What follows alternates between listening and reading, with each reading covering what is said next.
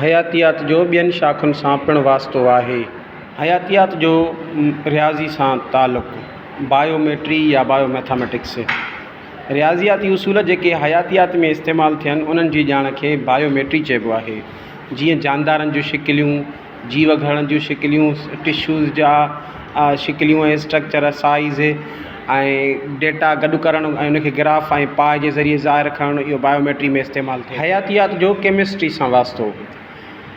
Biochemistry खे ज़िंदगी वारी केमिस्ट्री बि चइबो आहे।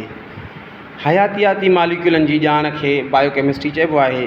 जीअं नामियाती मालिक्यूल, कार्बोहाइड्रेट, निशास्तो, प्रोटीन, सणभ वग़ैरह वग़ैरह ऐं उन खां अलावा एंज़ाइम, हार्मोन सभु हिन में स्टडी कया वञनि। हयातियात जो फिज़िक्स सां वास्तो।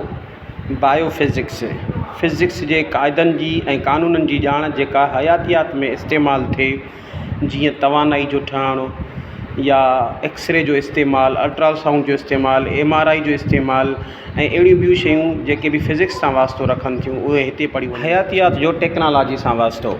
बायोटेक्नोलॉजी हयातियात में टेक्निक, स्किल्स, हुनर इस्तेमालु करे हयातियात मां इंसान ज़ात लाइ फ़ाइदा हासिलु करणु, नयूं प्रोडक्ट हासिलु करणु, इनखे बायोटेक्नोलॉजी चइबो आहे। जीअं वायरस मां वैक्सीनेशन हासिलु करणु या बैक्टीरिया मां एंटीबायोटिक दवा। हयातियात जो इकोनॉमिक्स सां वास्तो। बायो इकोनॉमिक्स ज़िंदह वसीलनि जी मईशत जे बारे में ॼाण ॾिए थी। मिसाल तौरु पाणी वारा जानदार, उन्हनि मां वसीलो हासिलु करणु, मच्छीअ मां कमाई करणु या ख़ुश्कीअ मां माखी विकिणणु या जरासीमनि मां मुख़्तलिफ़ दवायूं ठाहे करे उहो विकिणणु, पैसो